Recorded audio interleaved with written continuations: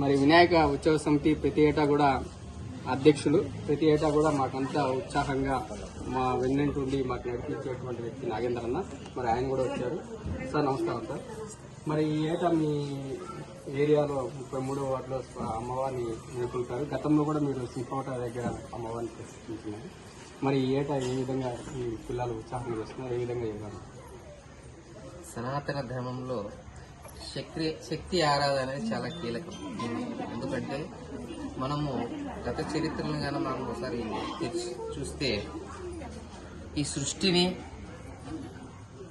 వ్యవస్థనంతా కూడా నడిపేది శక్తి. కానీ కనుక ఈ దసరా శరన్నవరాత్రుల్లో అమ్మవారిని శక్తి రూపంలో పూజించడం అనేది మన హిందూ సాంప్రదాయంలో చాలా ప్రాముఖ్యమైనది.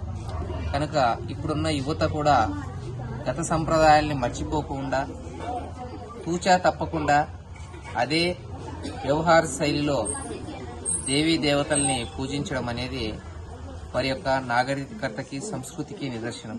కనుక మన దేశ సంస్కృతి వెలసిల్లాలంటే మొదట శక్తి ఆరాధనే ముఖ్యం. కాబట్టి ఈరోజు ఈ పరంపర ప్రతి వాడలో కూడా వెలసిల్లాలని చెప్పేసి కదిరి అంతా కూడా ఈ రకంగా భక్తి పారవశ్యంతో అమ్మని పూజించి అమ్మ కృపకు పాత్రలు కావాలని కోరుకుంటూ సెలవు తీసుకుంటాం.